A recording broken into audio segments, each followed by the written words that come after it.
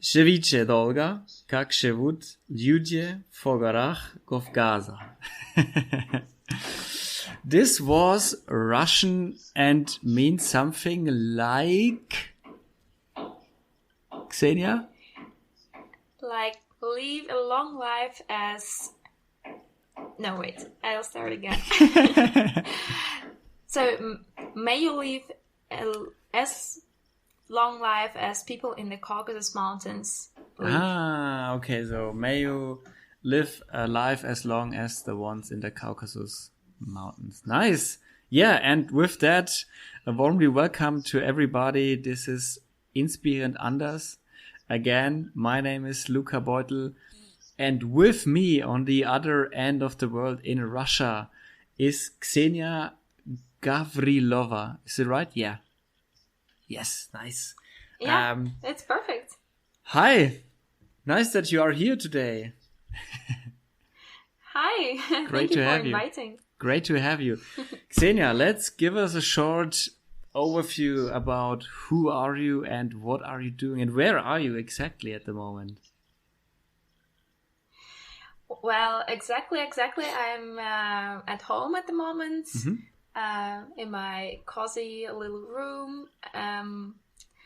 Having a nice conversation with a with a guy from the other part of the world. And actually, I'm in Pyatigorsk, which is the capital of the North Caucasus region, which is in Russia. And although it's called the North Caucasus, it's in the south of Russia. that was my not the North Pole. Yeah, that was the first thing I thought when we talked. I was like, the North Caucasus region, man, it gotta be cold there, gotten it, like Siberia and stuff like it should be close, but no. Actually, guys, check out the globe, and you will see the North Caucasus region is very much in the south of Russia. It's close. It has borders to which countries? So we're bordering with Georgia, with Azerbaijan, and on the other side it's Ukraine. Ukraine. Ah, okay. What are you doing in the Caucasus, in the North Caucasus region, except of living there? Actually, I moved to live here just in the beginning of this year. Before, I used to live in the other places. So right now, I'm here for my project, which we've started in the end of last year, which is called Adventure Dream Team. And we're aiming to show our beautiful region to the travelers from all over the world. But maybe it's not the right time. But anyway. Yeah.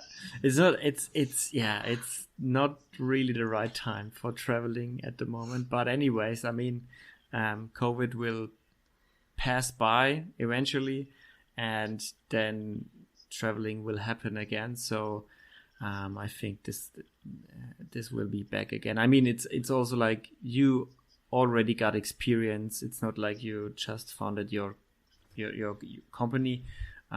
Like this year, you have some experience. When did you found your company? Well, I have some experience before my company, but the company, as I said, we've started in the end of last year. Mm-hmm. And my experience is related to organizing hiking trips for international people, which happened for the first time in 2013. Yeah. Oh, nice. So you started organizing hikes in the North Caucasus region in Pyatigorsk. Yeah, is it right? Yeah, exactly. Okay. Pyatigorsk. It's where you were born and lived your childhood and stuff like that, where your family is living. And you started doing hikes there in 2013. Why exactly? How came this idea, like doing hikes in your region? Because I think when we talked last week, you also told like you were out exploring the world and then coming back to your home region, that is a big decision, I guess. Yeah, exactly. So the idea was very spontaneous, to be honest. At the time when I graduated my high school, I moved to St. Petersburg for university, and I've joined one student organization, which is IGEA. So the abbreviation means European Geography Association. And that's how I started to travel the world, to meet other people from absolutely different European countries, smaller cities, bigger cities. And that is what amazed me there, that people coming from absolutely little villages or towns, they were so proud of their places, and they showed us around. They were so enthusiastic about that. Whereas in Russia, people are usually so embarrassed when they're not coming from the capital, or they're not coming from some other cities. They say, "Oh yeah, I'm just from somewhere there." And even when they leave to Moscow or to St. Petersburg, they usually after some time they stop emphasizing this. They stop saying that they are from this region. So they get used to the local environment, the local lifestyle, and it's not the matter. So it's not like a topic for them to talk about. So they just become the locals, let's say. And yeah, and then especially in Germany, actually, I've realized that people from different regions, they always say like, "Hey, I'm from this region. That is why my dialect is so interesting and so cool," and things like that. And I thought, wow, that's a really interesting approach, because here, if you have some accent, if you have some specific, way of saying something, or you have a different name for the same, I don't know, item, then people say like, "Oh, you're not from here. Oh, where are you from then?" So in Europe, I've realized that actually having these differences is cool, and being proud of your place is also cool, and making this place better in any way that you can is also cool. And that is why when I graduated my bachelor in 2013, but I still was a member of this geography association, I thought, okay, maybe I can also show my little hometown to people, because the people, as I said, they're geographers, so they're crazy in a way. They travel to anywhere just because they say, yeah, there is a great team there and we're gonna have fun anyway, so it doesn't matter that it's in the middle of nowhere. And I thought, okay, those are the right people who I can show my hometown, and we can have fun, and they're gonna tell me whether they actually liked it or not, because I knew that there is something in my hometown. I've realized how much we actually have, and that there is something to be proud of. So yeah, that's how I got my idea. And then the whole story started. That sounds awesome. I mean, you're actually, yeah, that's absolutely right, because I only know it from Germany. We are really proud about where we come from within Germany. I mean, if you look into where I come from, in Bavaria, in Germany, Bavaria, and even in Bavaria, we divide it in parts like Franconia and Oberbayern and stuff like that. And even Franconia is divided in 3 parts, like upper, middle, and lower Franconia. And we are so proud to be from middle Franconia. And it's really like, I always like, if someone in Brazil is talking to me like, and where from Germany are you? Like, I'm from Franconia. And it's like, I've never heard of Franconia. Yeah, maybe you have heard from Bavaria, but it's a very special part from Bavaria, you know? It's not like just Bavaria. It's very special, you know? And nearly everybody is like that. So I mean that must have been for you like not a shocker in a negative way, but in a positive way. Like, oh come on, they are really proud of their hometown, their home region, and why is this not a thing in Russia? So Yeah, exactly. Because some countries are more like centrical approach. So like there is a capital and everything happens in the capital. Like also in France, also maybe in some other countries, but Germany especially, it's you don't have one center for everything. I mean, there are a lot of big cities and life is happening everywhere. But in Russia, I guess one of the main reasons is that, the capital is the center for everything, for people who come to study, to work, to do all the business. Yeah, and also St. Petersburg is the central because it used to be the capital of Russia for a certain period of time. And also in terms of the language and some other things, like culture in general. That's why people appreciate those two cities, but they forget about the rest. Yeah. And people tend to say, everything is better in those two cities, but not in our regions. Okay. Yeah, I was in St. Petersburg last year for, I guess, a week, and it is a beautiful city. It has like thousands of churches. Like every church is covered in gold. It's just amazing. So that is absolutely worth a visit. St. Petersburg even worth 2 or 3 visits, I guess. But is it like because you moved from your hometown Pyatigorsk to the big St. Petersburg? Is this like a normal thing or a usual thing that happens? Like young people moving to St. Petersburg and Moscow, that is like usual in Russia? I guess, it's a pretty normal thing that you go somewhere for university.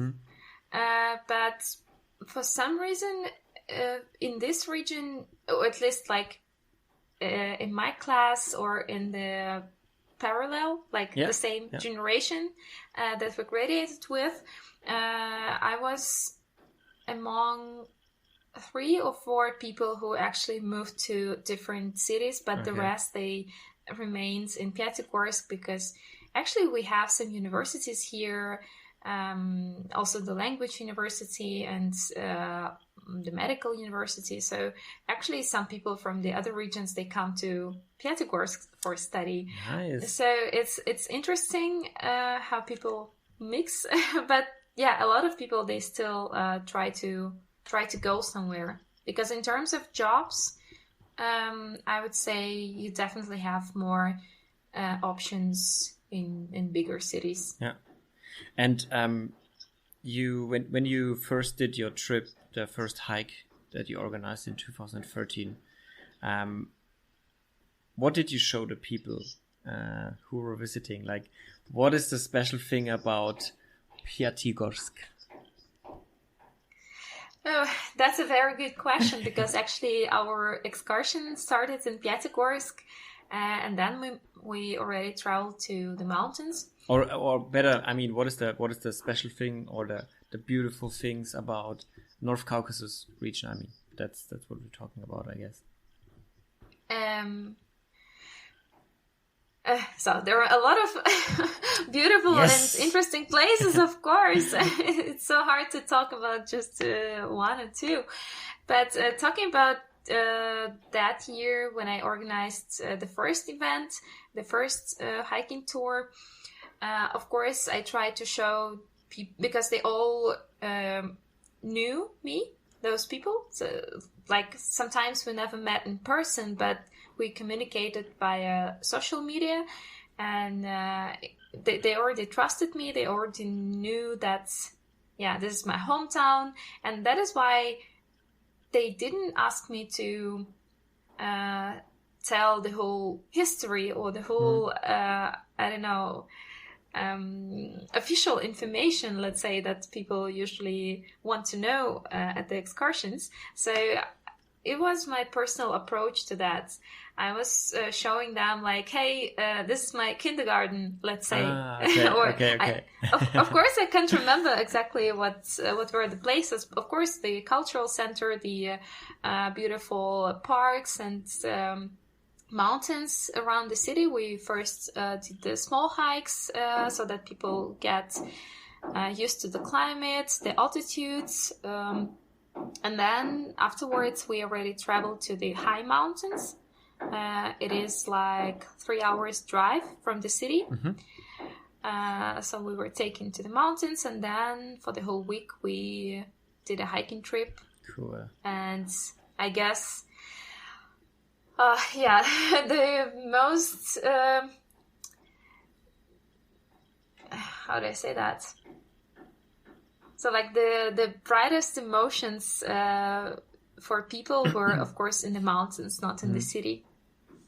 Of course, I guess, yeah. I mean, I saw your. If you guys are interested in seeing a short introduction video of Kseniia and Piatigorsk, you can go to YouTube, I guess, and there you have like this 8-9 minute video, and also you show like a lot of footage from the mountains and the rivers and the lakes there, and not only the city. And this looks really beautiful, to be honest. I did not expect that.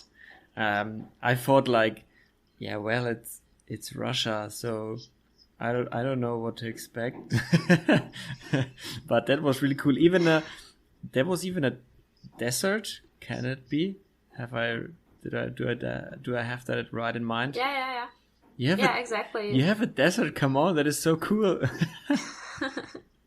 Yeah, of course, Russia is huge, and the North Caucasus is also huge, and we have so many different types of landscapes. Like, actually, the desert that you said, it's a sand dune, so it's not cool. so large. But anyway, the special thing about that, that it feels that it comes from nowhere. So you're driving next to it, and then you see like a huge mountain made of sand, and you think like, okay, there is no sea next to it, there is no nothing. Like, how did this appear here? So where does it come from? It's really, nobody knows. Like, there were some processes in geology and things like that many years ago, let's say, but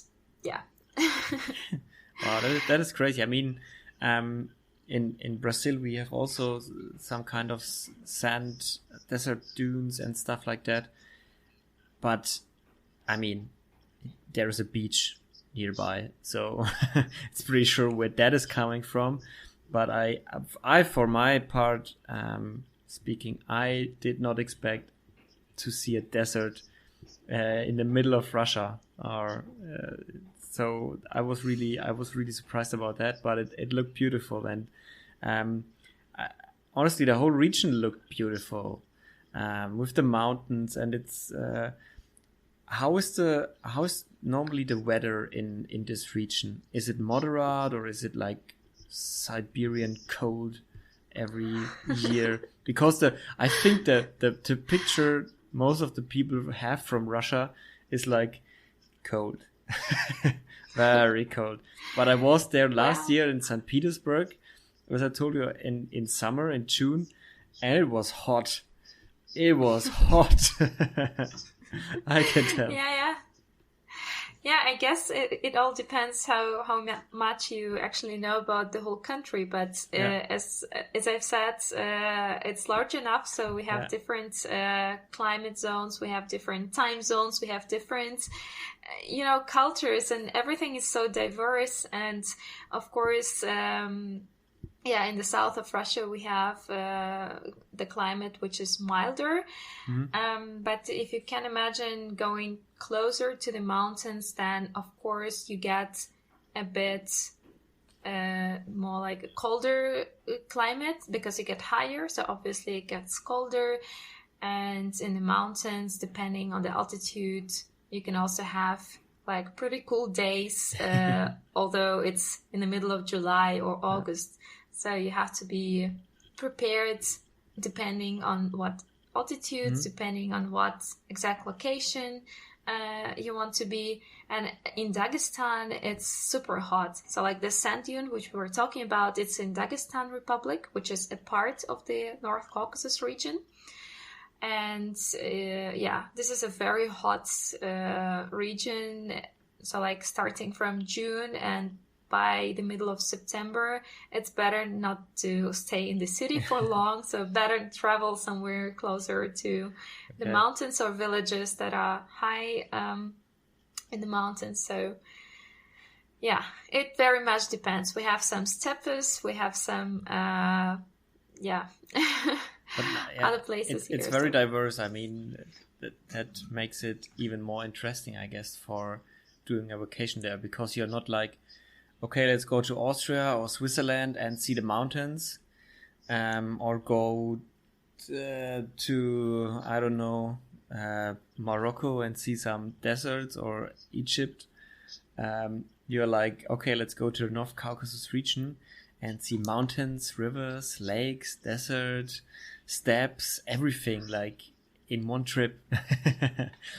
And the weather is also good.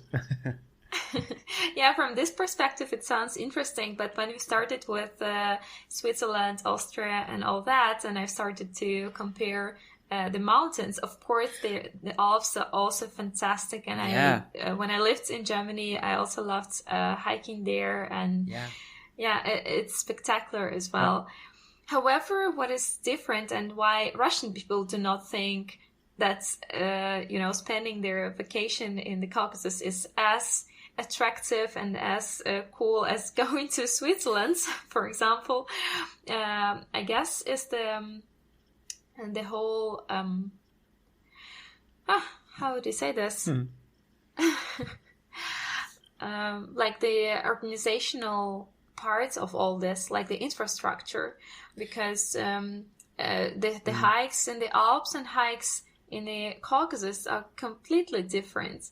I mean, in the Alps, you like any country that is a part of this mountain chain has its navigation system, has some special signs. Everything is already prepared. Hiking, the ways, the path. The paths.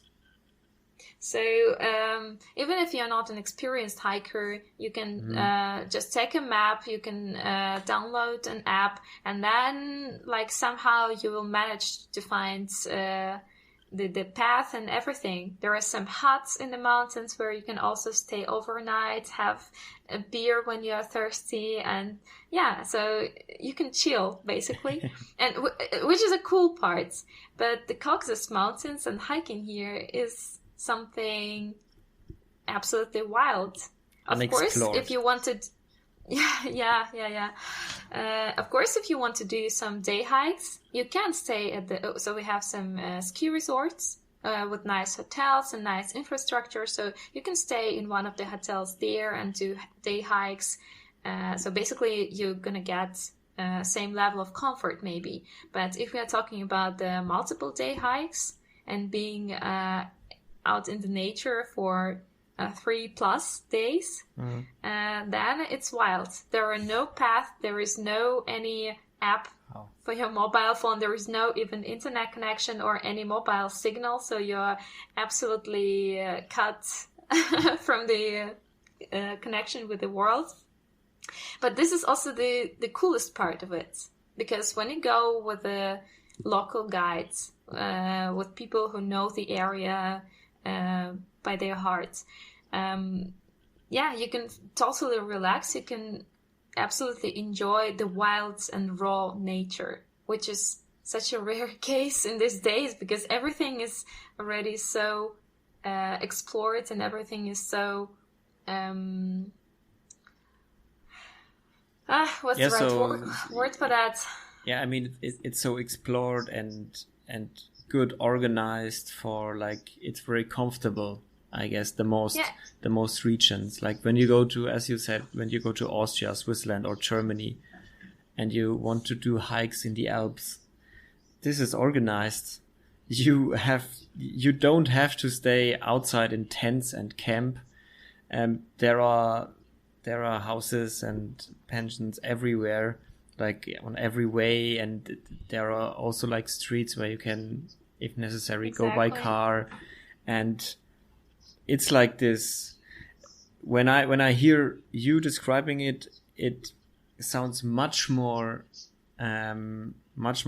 interesting and attractive to me than when I think about going for a hike in the Alps, because I'm like, yeah, I mean, they are beautiful, and I just assume they are also like higher than the North Caucasus region mountains, the Alps. I don't know. Mm-hmm. No? No, really? No, really? They're not as high. Nice. Oh, great. Even better. It's more like an adventure. It's more like exactly. Yeah, I mean, I think the name of your company, Adventure Dream Team, sums it up pretty good. I mean, it sounds like an adventure. You go out in a small group, and after one day of hike, you are way off like trails and paths. You're just somewhere, and you have to trust your guide that he knows where the hell you are and how to come back in a few days. And that sounds like, I mean, honestly, that sounds like really cool. I mean, that is like what I think what many people are looking for, like really explore the wilds, where not a lot of people have been. I mean, all the paths in Europe are, they're just organized, like exactly. Not So much when exploring. So when you said there are not so many people, and that's where you caught me, because when for the first time I went hiking in the Swiss Alps, I thought, oh my God, there are so many people, and also the locals, and also families, and this is like another culture. So here the locals, they don't really go hiking. They don't see this as an activity or as an, I don't know, or as a fun. So for them, mountains is just, like, okay, they're here. So it's just like a decoration. So maybe that is also the reason why it is so unexplored, because usually, of course, people living in the area, they try to somehow make this area more comfortable for them. But since they don't really care, so they of course use some advantages of living in the mountains, and they have animals there during summer.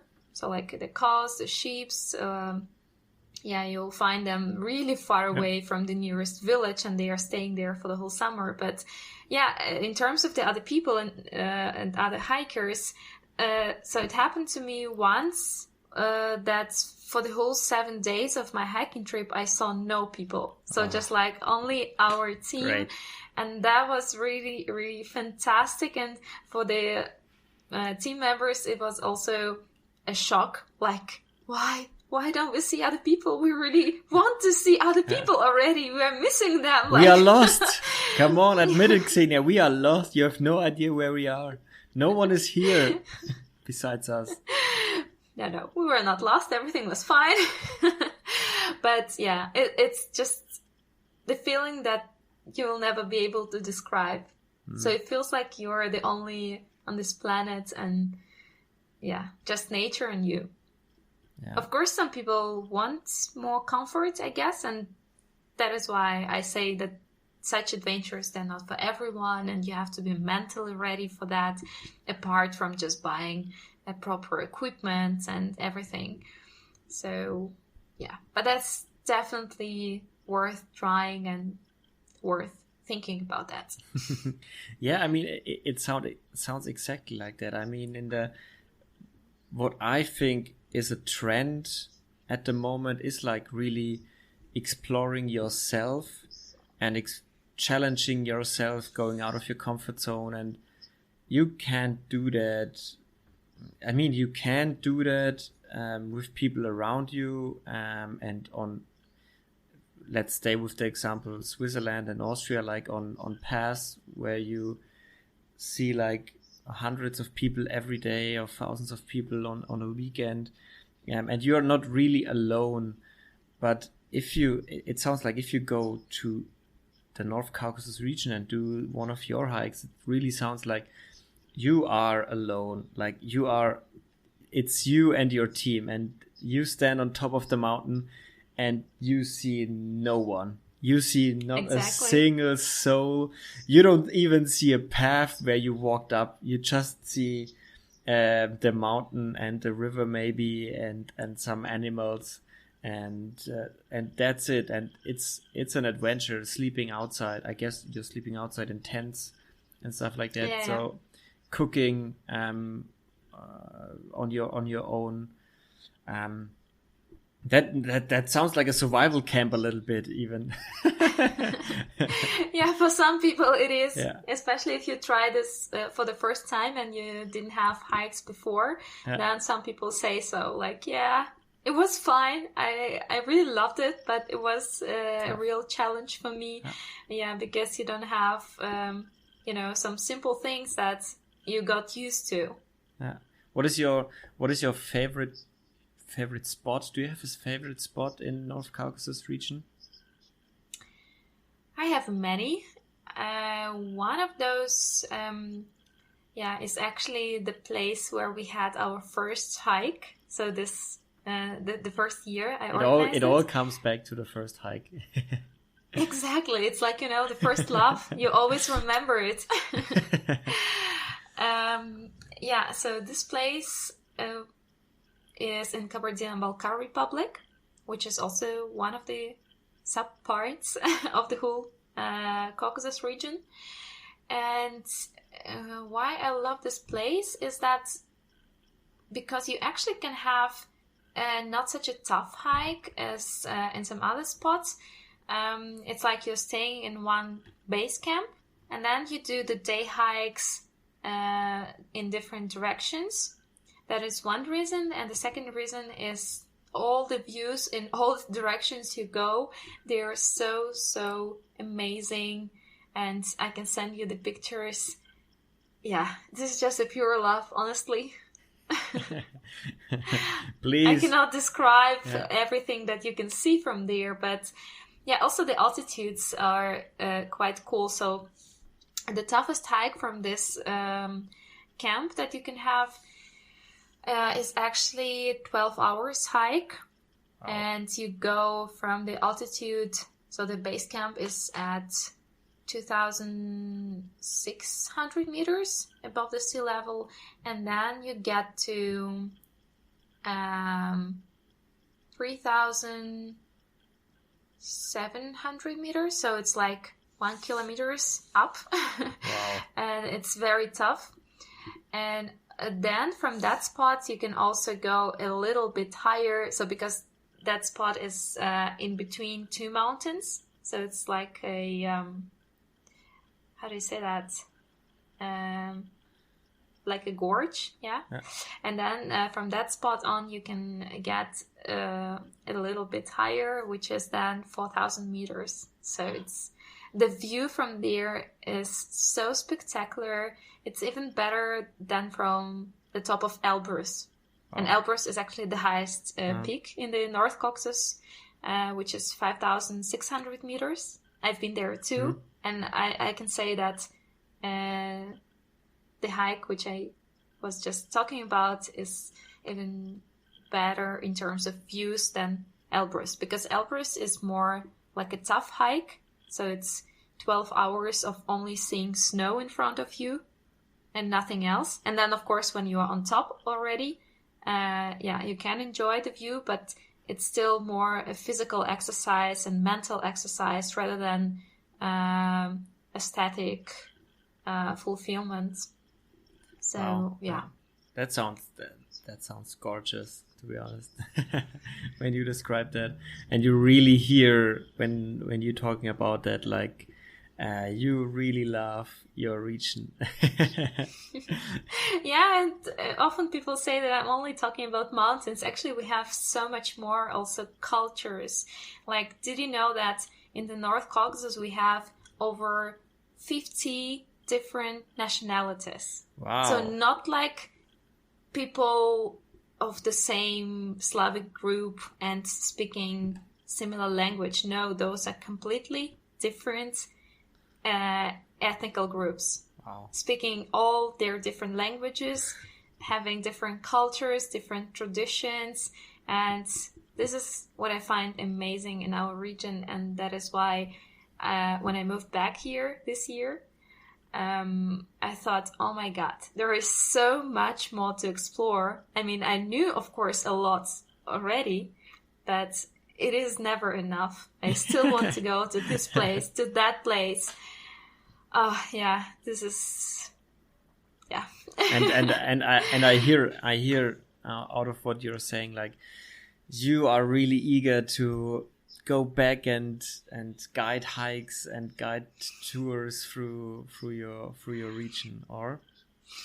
Yeah, exactly. Although I'm not a guide, actually, I'm an organizer, and we have guides for different sub parts. So we have republics here, and each republic, we have different guides and different teams who help to organize all that.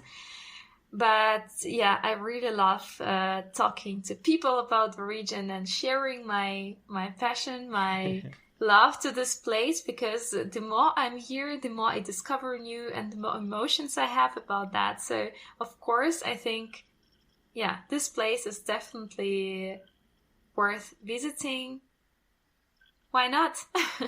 Yeah, I mean, that's great. I mean, even you haven't explored everything from your region where you live, and that makes it even more interesting, because that means that with the longer you stay there, the more you can offer others to explore when they come to you and book a tour or a hike or whatever, with your Adventure Dream team. And I find that, I mean, you book a hike, and even the people living there haven't seen everything of the region.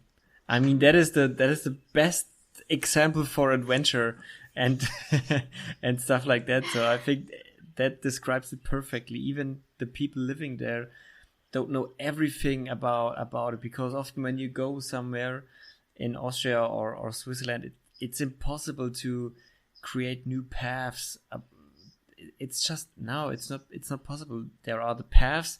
Please walk on these paths. That's it. And yeah, but on the other hand, it's a good point as well, because it makes it more sustainable, maybe, so that you don't make new paths and then people follow certain rules. And here, when everything is wild, then all the people think, that they're free to do anything. And since in Russia, this culture of, being responsible for the environment and for the other cultures and for everything they get to touch, so this culture is not so widely spread. That's a bit dangerous, actually. So that is why I also like to make this tours for international people, because they really appreciate that. Because this theory, this knowledge about sustainability is already well known.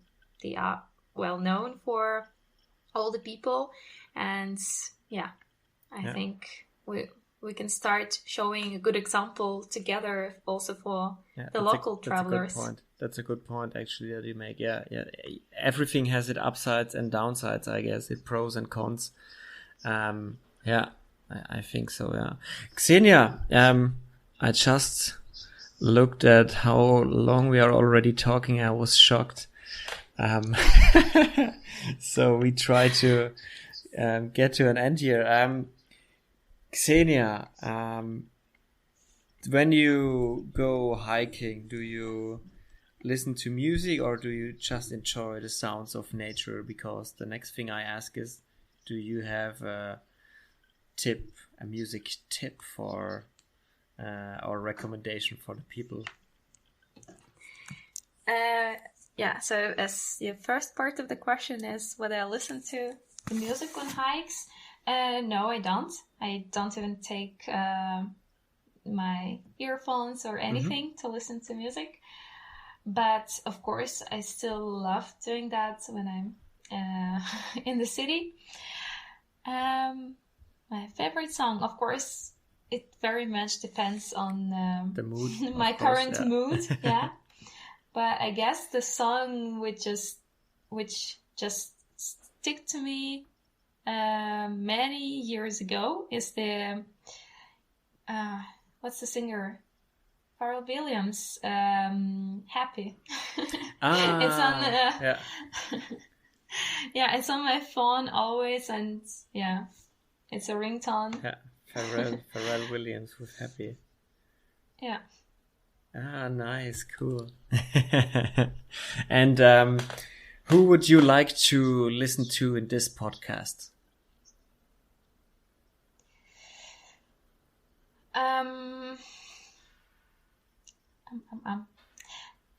Actually, I do like to listen to the stories of entrepreneurs. I'm so much into it. I really get inspired by them, because usually those people have a really interesting life story. Yeah. So yeah, I would be interested from any industry. Yeah. Okay. So just the person who has a business, develops a business from nothing, and always learning, always working on improving something. Okay. I think this is inspiring. Okay, I will do my best to get some English-speaking entrepreneurs on this podcast. From Silicon Valley, please. Okay, okay, let's shoot for the stars. Why not? Okay, Kseniia. Yeah. I would say you do a little bit of advertising for where can we find Adventure Dream Teams. What can we book there? When are you planning to start again, and stuff like that? And then I will do the wrap up and the closing. Oh yeah, actually I think the whole thing, the whole audio, or the whole, how do you say that? Podcast? Podcast, yeah. The podcast is about the company, so I'm a little bit like having red cheeks, because I didn't mean to talk so much about that, but just about my passion. Yeah. But anyway, yeah, you can find Adventure Dream Team, of course, just as a website, which is adventure-dream-team.com, also on our social media. And yeah, and we already start accepting the how do you say that? Yeah, the requests or yeah. Yeah, exactly. So we start accepting the requests for the next year already. Just today we've got 2, and yeah, we are already planning. We are already enthusiastic, and we really, really keep fingers crossed that the virus and all this, let's say, bad events that happened this year, they will be gone after some time. So probably in summer next year, we can already get our international travelers. And the good thing is that Russia has a new visa system, the new regulations for getting visa to our country, which makes it so simple to come, because before that you had to go to the consulate or visa center, and then you had to keep a whole bunch of different papers, different bookings and stuff like that. Now you don't need that. You can get your visa within 4 days and come for 16 days in total and travel in any part of our country. So feel invited, and great. I'm glad to see all people from all the countries here. So far we have 26 countries presented, so like people who came here. Yeah, but Nice. I would like to count a bit more now, so let's see. Yeah, maybe this podcast will go viral, and then you will have a lot of nations visiting the North Caucasus. Hopefully. Next year, when everything is open again. Yeah. Yeah, hope so. Yeah, Kseniia, thank you very, very much that you took your time to join me with my podcast here. And it was a pleasure listening to you and learning about the North Caucasus region. And yeah, I wished it would be a video so we could see like pictures from every spot you just talked about. But I guess you also have Instagram. And of course, you will be linked on the post for this episode. And then, guys, I can only recommend go to her page and check out the photos, because it is such a beautiful region, and I think it's worth a visit. So as soon as it's open again and safe to travel, go there and visit the North Caucasus region, Pyatigorsk as a starting point. Exactly. And yeah, thank you that you took your time. It was a pleasure having you. And to all the other people, guys, that's it for this week. I hope to catch up with you again next week. And check out Instagram and YouTube with Inspirierend_Anders. Yeah, strange name to do a podcast in English, and the name is still in German. But however, it was a pleasure having you. Everybody out there, take care, stay healthy, and we will hear each other again next week. Take care. Bye-bye. Bye. Tschüss.